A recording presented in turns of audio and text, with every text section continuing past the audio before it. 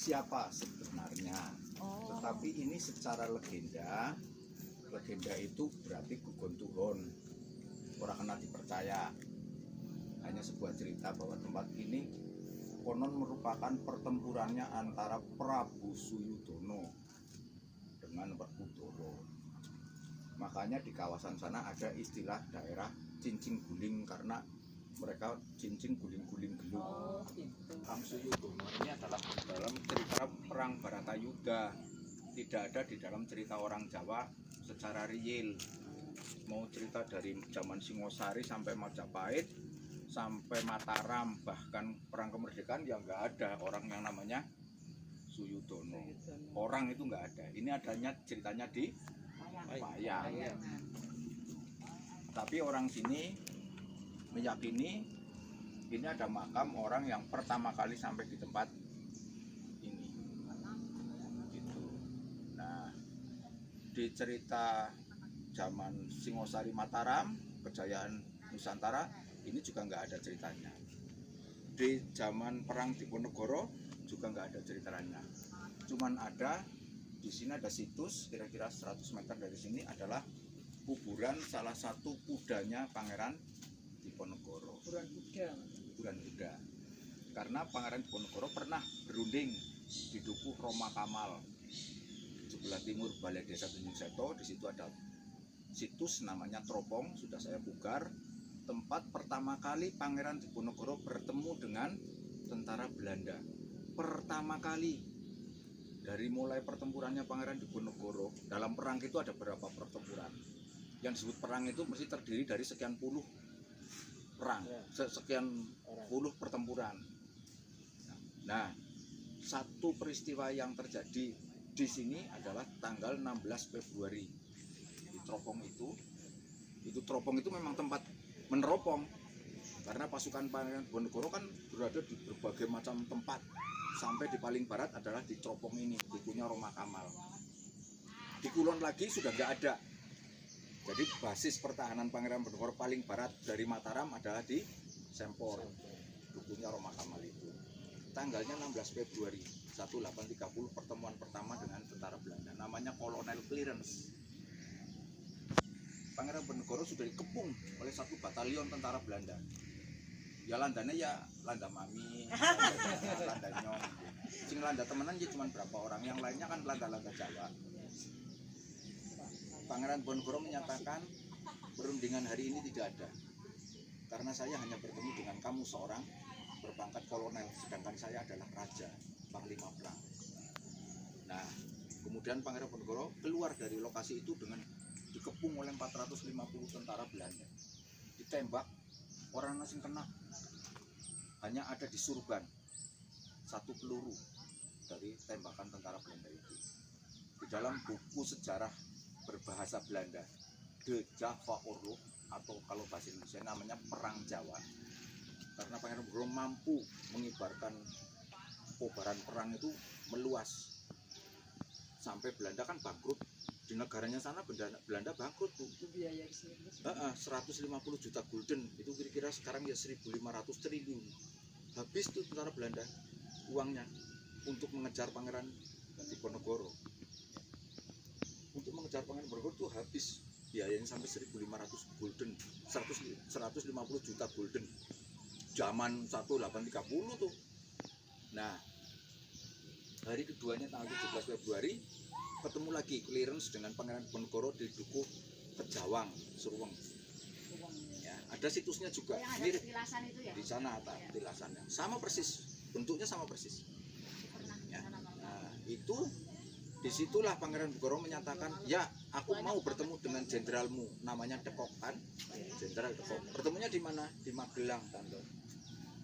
Di Kejawang itu ada dua perjanjian. Yang pertama kebal diplomatik. Artinya Pangeran Diponegoro karena perundingan maka tidak boleh ditahan oleh Belanda.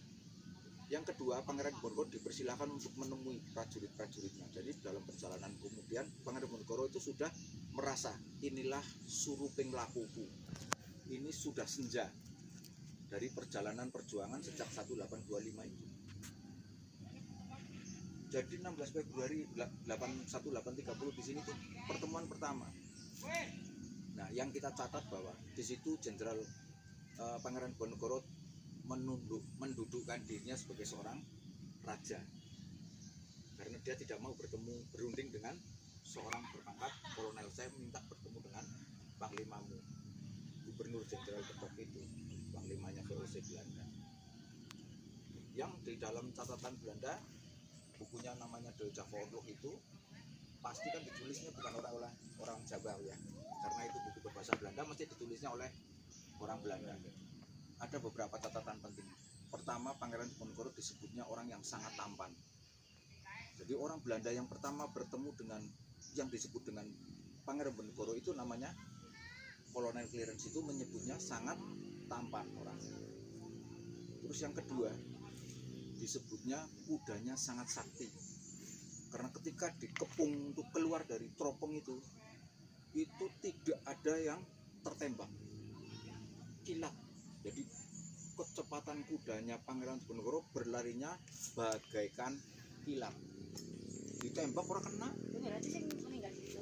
nggak tahu, namanya Jaya Capa. Kudanya saja ada namanya Jaya Capa. Gitu. Itu catatan penting. Nah, mengapa kok Pangeran Diponegoro di samping di Merangkal tuh Klopogodo dan di sini ada petilasan, ada travel basis ya, itu berarti markas, karena kawasan ini dulu kawasan Loh Jinawi, Bagelen Barat itu adalah kawasan lumbung pangannya Belanda untuk dikirim ke Nederland sana. Ya rempah-rempah itu mungkin nengkene jahe, laos, ketumbar bangsane kayak gue. Sing nang kana nggo musim dingin sangat dibutuhkan. Pala dan sebagainya mungkin di sini ada waktu itu, cengkeh ya. Nah, itu bisa dibuktikan dengan bukti fisik benteng Van der Weyck yang dibangun 18 sekian, 10-an, 16-an. Itu sebenarnya bukan benteng semata-mata untuk melindungi diri dari gempuran Pangeran Diponegoro. Dilihat apa? Dari fisiknya. Kalau Mami lihat di dalam benteng itu sendiri, apa ada ruangan yang kotak yang menunjukkan bahwa itu kamar? Tidak ada, Pak. Lengkung. Gambarnya lengkung ruangan-ruangan nih. Terus di bagian tengah coba cermati, itu mesti ada seperti gantungan-gantungan besi itu loh, Bu. Ya kan? Apa itu fungsinya? Bukan kamar. Kalau kamar pasti kan ada sekat-sekat. Itu. Jadi itu pasti dulu merupakan ruang tempat penyimpanan logistik untuk kemudian dibawa ke Belanda. Entah itu Brambang, Bawang, wes rempah-rempah sini gitu. Karena ini memang kawasan Gemaripah Loh Jinawi. Mengapa itu dibangun?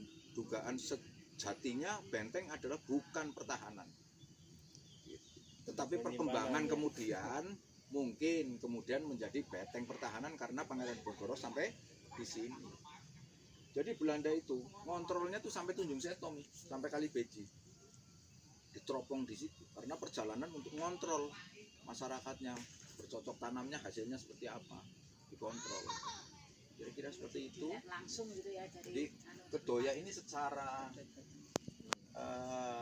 historis tidak ada yang berhubungan dengan Singosari, kemudian Majapahit sampai dengan perang Diponegoro, Sultan Agung dulu 16 sekian, Diponegoro sampai perang kemerdekaan tidak ada. Karena nggak ada hubungannya. Nggak ada hubungannya. Tapi memang tempat ini juga tempat persembunyiannya Tentara Republik Indonesia. Mbak Narto umpetanya ke sini. Iya, daerah ini. Di bawah ada yang namanya Watu Sudah di bawah. Itu ketika tentara Belanda nembaki tentara Indonesia yang umpetan di sini, karena Mbah Narto tahun 1947 sudah komandan Koramil sini. Dulu namanya KODM, Komando Onder Distrik. Onder kan nang jero. Distrik, jadi di bawahnya distrik. Maksudnya Onder Distrik itu berarti bawahnya Kawedanan, namanya kecamatan. Kalau ditembak pakai mortir dari Gombong, nggak pernah nyampe. Percaya nggak percaya, gue ora tau ngliwati sing jenenge Duku Wastu Sudah. Jadi bome iki ming yang ngono, danggung-danggung yang ngono caranya kayak gue. Kan ya bapakku karo guyu-guyu karo tentarane, kancane anak gue. Jadi ini kira-kira seperti itu wilayah Kedoya. saya perkenalkan itu Pak Lurah Bimbing Seto, dulur kulanang. Beliau ini yang punya kawasan di sini dan sedang mengembangkan wisata di bawah sana. Nanti kita kalau malam akan ada tempat jenengnya apa? Sango, tempat duduk-duduk. Madep ngidul, saung. Ah, saung. Madep ngidul nderna gombong main banget di sini. Pak Lurah lagi membuat konsepnya. Gitu. Pak Lurah, Tante Lim, Tante Grafika. Tante Lim, terus Om Gua siapa jenenge? Om Wihok. Wihok. Teguh motor sing ben lor dalan Bank Mandiri lah. Iya, ben kan anak bengkel. Nah, ini iya, terus ini Ibu Salon Selokerto. Depan Grafika lor dalan. Ini Pak Lurah yang baru terpilih kemarin, tapi semangatnya luar biasa untuk mengembangkan potensi wisata. Ini akan dibangun, ini akan direhab, di satu nanti pesarean ini bukan untuk dipuji, bukan untuk disembah-sembah, tapi untuk dipakai untuk mengingatkan kepada anak-anak muda kita. Ya, secara. Mami, terima kasih ya. Nyicipi anu. Ya nanti. Oh ya, gaweane Lik Jono.